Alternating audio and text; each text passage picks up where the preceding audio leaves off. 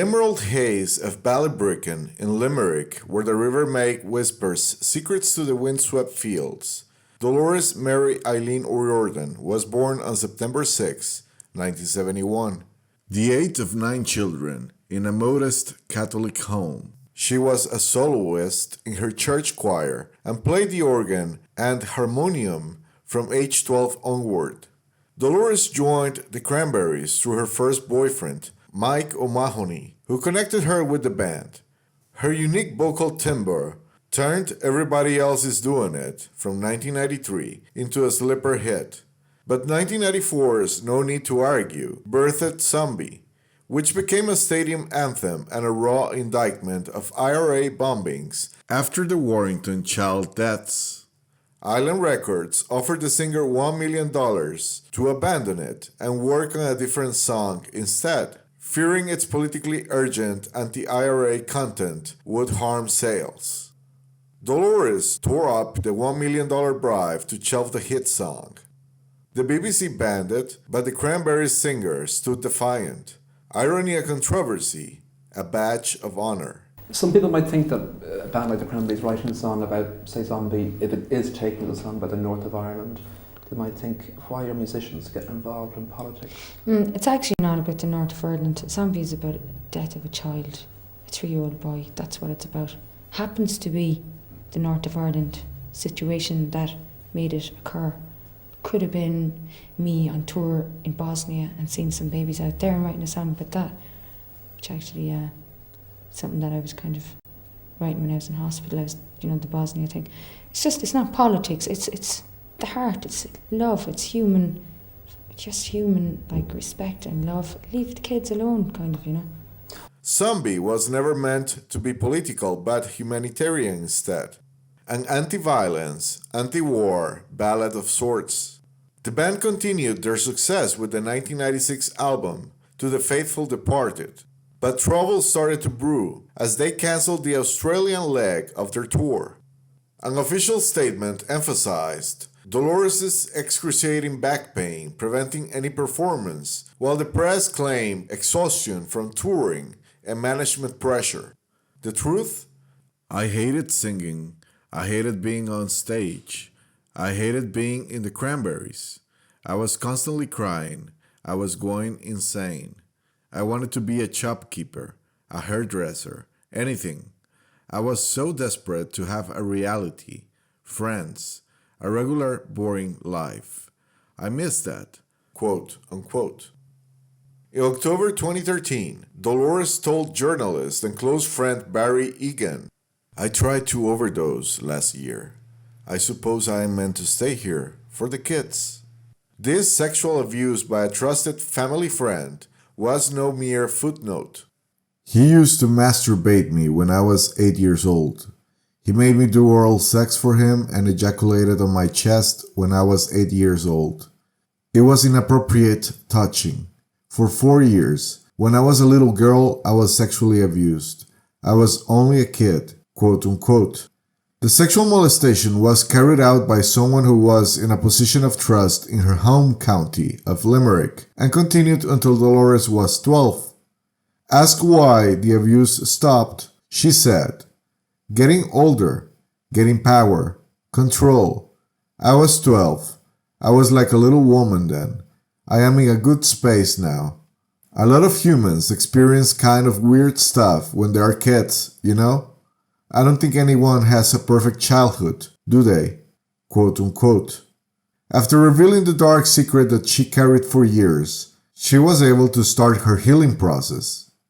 It was amazing to have the burden lifted off my shoulders. It is almost like going into therapy and confessing it, except you do it the other way around, because when you're famous, you just open up and that's it. It does feel good to have that off my shoulders. I feel a definite sense of relief. I don't have to explain it to people. It happened. And I think it makes people understand who you are and how you are a little bit better. Dolores texted the journalist who interviewed her about the abuse later on, saying she wanted to go for brain shock therapy to help her with the pain of the past. But in the end, she thought it might be too harsh. Sometimes that therapy erases the memory too much, erasing the ability to write. I'm in a place of great happiness. I've never been happier or as calm or contented in my life. I have the greatest husband in the world in Don, and we have the most amazing kids, quote unquote. Her father, Terence, who died in November 2011, suffered brain damage following a bad bike accident in 1968 and was never the same again. At her father's funeral in 2011, her abuser apologized for his actions. I had nightmares for a year before my father's death about meeting him. Didn't see him for years and years, and then I saw him at my father's funeral. I had blocked him out of my life. No name was disclosed as she feared her father would have killed him. There were two notorious people at that funeral. The Catholic Archbishop Dermot Clifford, who resigned in 2014 at age 75, and Canon Liam McNamara, still active at age 85. I'm not making unfounded accusations, but Clifford's retirement, just a year after the front woman spoke, is something to highlight. Dolores and her husband, Don Burton, ended their marriage in September 2014 after 20 years together and 3 children. The couple met as he was the manager for Duran Duran's US tour, which saw the Cranberries open. They married just a few months later. Due to the marriage's strain, Danny Goldberg, ex-Nirvana and Hole, managed Dolores from 2011 to 2014. This character is notorious for being one of the people who aided Courtney Love in covering up for the industry-sanctioned murder of Kurt Cobain. Amidst tempests, 2014 brought light. Andy Rourke, the Smiths' bassist, whose jet-lag demos with Ole Koretsky captivated Dolores, became a close ally. A chance meeting through management, Andy recalled in Spill magazine. Emails flew. Dark was born. The Cranberries singer had been a lifelong fan, and soon enough, they became like siblings. A year prior, on October 26, 2013, I met Andy as I was summoned to get our guest some enhancers for that night's event. We ended up great friends and kept in touch until his tragic death on May 19, 2023. Andy was one of my most trusted sources and sort of an older brother. Someone who gave sound advice when needed. Never one to judge, simply one of the sweetest, funniest guys ever. On October 30th, 2022, I received one of the last emails from him. Rochester is the nickname the owners of the venue we met at had given me. He only allowed me to publish this if he passed away. Dear Rochester, spooky season's here. I hope you're keeping out of trouble. How's married life treating you? Pass my love on to Lua. Hope the move to Portugal was sound, mate. You had a pastel de nata yet or what? I'm knackered, to be honest, but I have a premiere tonight, so I'll drag myself through it. Just thought I'd say hi. Had a lot on my mind lately. Been thinking back to the last time I was in the Met. That was with Dark, and we had some proper good times. I miss Dolores a lot.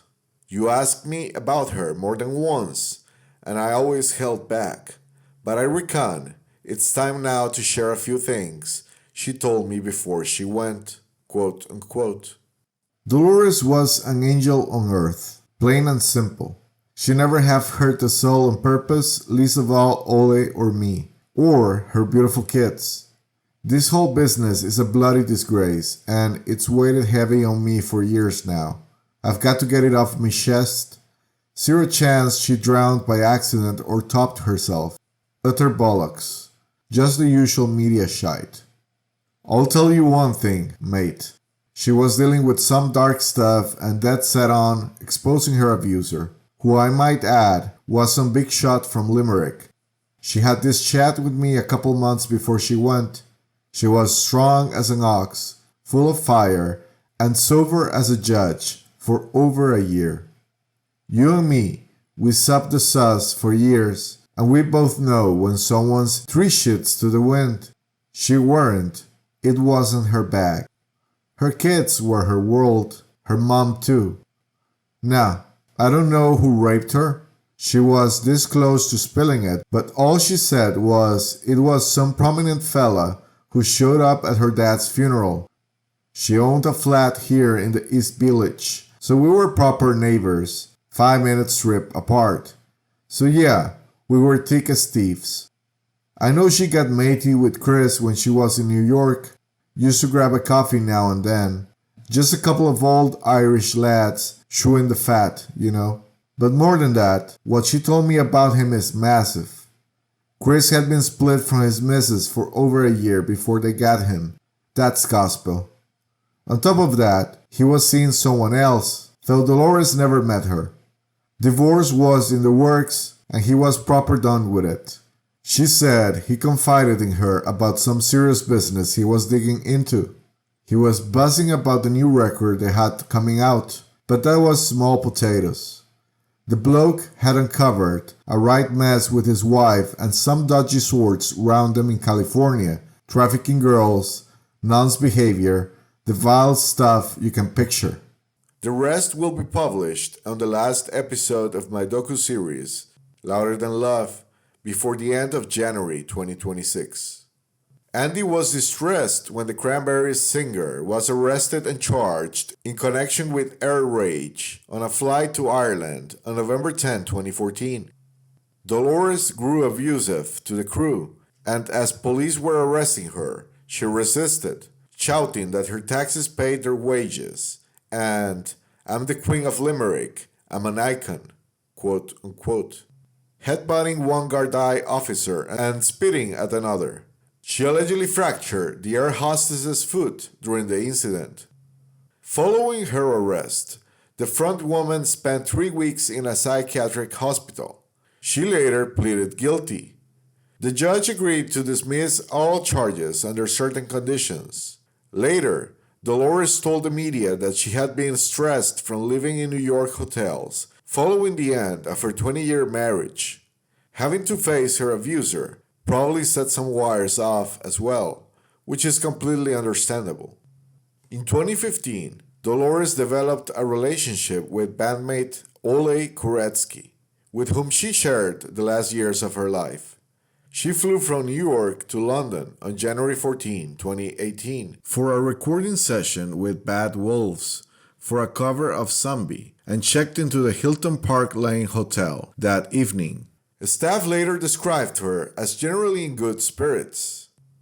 On January 15, she phoned her mom around 3 a.m., sounding tired but normal. Dolores allegedly accessed the minibar in her room, consuming 5 miniatures of spirits and a 35 centiliters bottle of champagne. Sometime after this, she ran a bath and got in, still wearing pajamas. A hotel maid found her later that morning, submerged face up with nose and mouth underwater, unresponsive in the tub. Paramedics pronounced her dead at 9:16 a.m. at the scene. In the 1990s, in a sonic sea of rock and grunge, there was nothing that sounded like Dolores O'Riordan. That unmistakable Irish lilt transformed into a cry of pain for the anti-war song Zombie. One of the biggest hits of the Cranberries, one of the biggest bands to ever come out of Ireland, carried by that remarkable voice. O'Riordan first auditioned for the band with a rough demo of what would become another smash, Linger. You got me wrapped around your finger. Do you have to let it linger? Songs like Linger helped the Cranberries sell over 40 million albums in total. The little band from Ireland soon had fans around the globe. But the pressure of touring and paparazzi were taking a toll. O'Riordan spoke publicly about her struggles with depression. Basically, I had to go see a bunch of doctors who sent me to a shrink, and the shrink told me, I see lots of famous people and you're not really mad. The world around you is mad. So basically, he said, get the hell out of the planet, go hide somewhere if you can. So I went to Ontario then, and the only thing you have to worry about up there is bears and bear poo. After marrying her Canadian tour manager Don Burton in 1994, O'Riordan bought a family cottage north of Peterborough, splitting her time between Canada and Ireland. The band went on hiatus in 2003 as O'Riordan recorded 2 solo albums. The Cranberries reunited in 2009. New tours and albums followed, including an album of classical interpretations. Today, fans and the remaining band members are expressing their shock at the untimely death of Dolores O'Riordan at the age of 46. Eli Glasner, CBC News, Toronto. Numerology features prominently in occult rituals, witchcraft, and sacrifices because numbers embody vibrational energies, cosmic symmetries, and symbolic correspondences that amplify intentions and align practitioners with demonic forces. Numbers structure magic for precision. In Kabbalah, Gematria equates words with numerical values to unlock hidden scriptural meanings and channel entities. This coding often reveals connections. 916 equates to darkness. In 2008, Dolores was 6th on the list of the 10 richest artists in Ireland. Her net worth was $66 million. 6th on the list, $66 million. It equals 666, the number of the beast. Last phone call at 3 a.m., 6 bottles of alcohol, 3 times 6, 666 again. These secret societies leave clues everywhere to communicate among themselves under the principle of karmic retribution. Non-reaction to occult demonstrations equals implied consent in magical ethics and law, where inaction presumes permission. The Metropolitan Police treated the case as an unsuspicious, sudden death, and an inquest was opened on January 19, 2018, then adjourned to await full reports. On September 6, 2018, Coroner Dr. Shirley Radcliffe ruled that the Cranberries singer died from accidental drowning due to alcohol intoxication, stating there was no evidence of intent or self-harm. Toxicology tests showed a blood alcohol concentration of 330 milligrams per 100 milliliters, roughly 4 times the United Kingdom's legal driving limit, with only therapeutic levels of prescription drugs. The post-mortem found no external injuries, no signs of assault, no self-inflicted wounds, and no suicide note was recovered. Why was she wearing her pajamas? People might take a bath while wearing them due to medical conditions like dementia or extreme intoxication, but on purpose? Why no suicide note? She had 3 children. She surely would have wanted to let them know what happened. A blood alcohol concentration of 330 milligrams per 100 milliliters equates to 0.33%. More numerology? For a veteran Irish drinker, survival of 0.33% EAC is feasible, and as a veteran non-Irish drinker myself, 5 shots of hard liquor plus 1 bottle of champagne seems little to me. The inquest also reviewed her psychiatric history, documented bipolar disorder, heavy drinking episodes, and a 2017 incident in which she wrote a suicide note while intoxicated. But the Cranberries singer did not act further. Her psychiatrist testified she had been in remission, future-oriented, and looking forward to work. Her family mentioned she had been sober for a year prior to her death. Dolores sounded full of life in a voicemail she left just after midnight to Dan Waite, director of 11/7 Music, as he had been working with Bad Wolves. Saved message received Monday, January 15th at 1:12 a.m. Hi Dan, it's Dolores. I'm in London. I'm at the Hyatt Park Hilton. Anyways, if you want me to create a question this, Actually, I think it's fucking awesome. It sounds fucking terribly good. I'd fucking come into the studio, you name your time. Okay, Dan Ways, and send my love to Irene. I still have that leather jacket. I'll talk to you later. Bye. Bad Wolves released their cover without Dolores' vocals just 4 days after she died and donated all proceeds to her children, $250,000. The surviving Cranberries members felt it was rushed and in poor taste. Drowning in a tub carries occult symbolism tied to baptismal purification gone awry, rebirth, rituals, or confrontation with the unconscious, often viewed as a sacrificial immersion of underworld descent.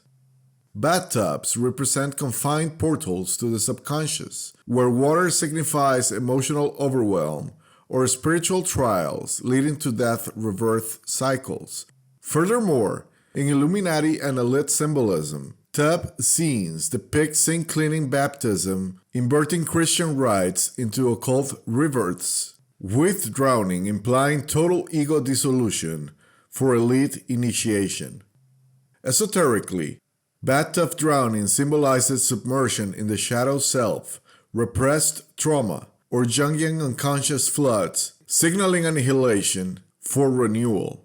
Thelema, via Aleister Crowley's elemental grades, treats water as binary receptive force in the abyss crossing, where ego drowns in night sea journey to knowledge and conversation with the holy guardian angel, quote unquote. Additionally, we see this happen with Jim Morrison, Aaron Carter, Whitney Houston, and her daughter, Bobby Christina Brown. We have variations with hot tubs or swimming pools. The media focus on all the negatives as they pushed their narrative. I prefer to remember Dolores as she was, a rebel lark of the 90s, fluttering from rural to global stages. Her pixie frame belling a haunting howl that toppled charts. A Celtic lament piercing the veil between sorrow and salvation. Rest in peace, Dolores.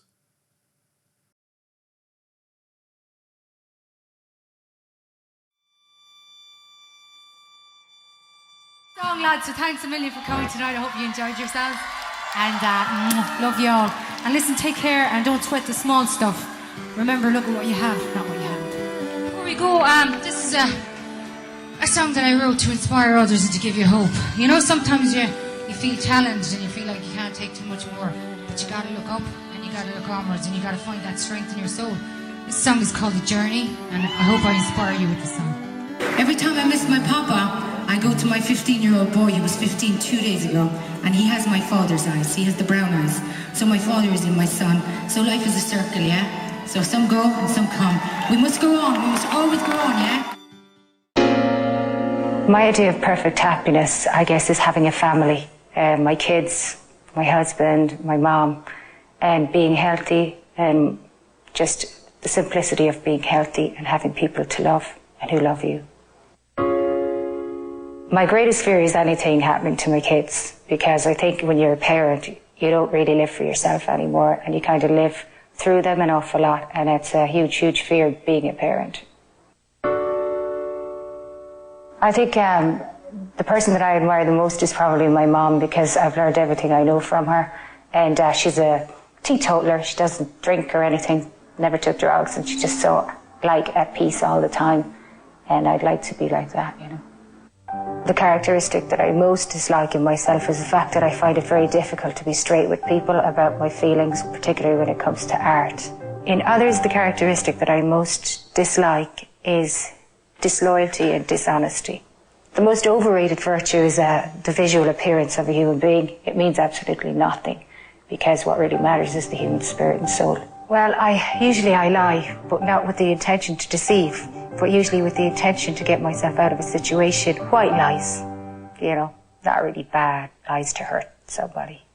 I think the worst depth of despair is when one goes through depression. Whether the depression is coming from the fact that you're overworking or misunderstood or you're in the wrong place, or whether it's coming from the fact that somebody that you love greatly has passed away and that you don't recognize your world anymore, and that you just can't survive without their existence. And then you become depressed and you think you can't cope. I think it's the worst thing for anyone to go through is depression. But the thing is, we all go through it at some point in our lives. My favourite sound, there are completely two sounds. I love the sound of a playground, kids running around and playing in the distance. I love that. And my other favourite sound is complete silence. I guess if I came back as a thing, it would be a flying object. I'd like to fly. I think everybody'd like to fly. Maybe a butterfly or a bird or something. I think I'd probably come back as an angel, and I'd like to guide people or guard people, other people going through similar experiences in life, and whisper in their ear and kind of give them ideas of how to deal with things. I'm happiest right now. You know, this is probably the most perfect point in my life. Being 32 years old, it's, you know, I think your 30s, it's a nice age where you stop worrying about trivia things, and I have beautiful children, and my marriage is absolutely, the ball is still rolling pretty good there, and, you know, I don't think things could be much better. Spiritually, I get a great feeling inside a very quiet old church, all on my own, so I often just go into small, very old churches, and I sit there and listen to the silence. And what I really loathe the most is child pornography or child slavery or child prostitution. I hate that. Taking a break, like, and doing something like just heading out on a boat, just, you know, relaxing. I think what really influenced my profession was just sheer obviousness. It was like the only virtue that I thought I had as a kid, you know. I could sing like no other. Probably my most obvious characteristic is that I'm very open, and I have a kind of a naivety. I actually ran away from home when I was 18, and it was the hardest thing I ever did because I was really close to my mum, but I had different ideas for myself. And I ran into Limerick. It wasn't too far. It was only 8 miles in the road, but with that I stuck with the Cranberries, and we got a record deal then from Island Records, and our first album was a big hit in America. I think that was a big fork and a turning point in my life. I've always been a big believer in karma, and I've always believed that, you know, what goes around comes around.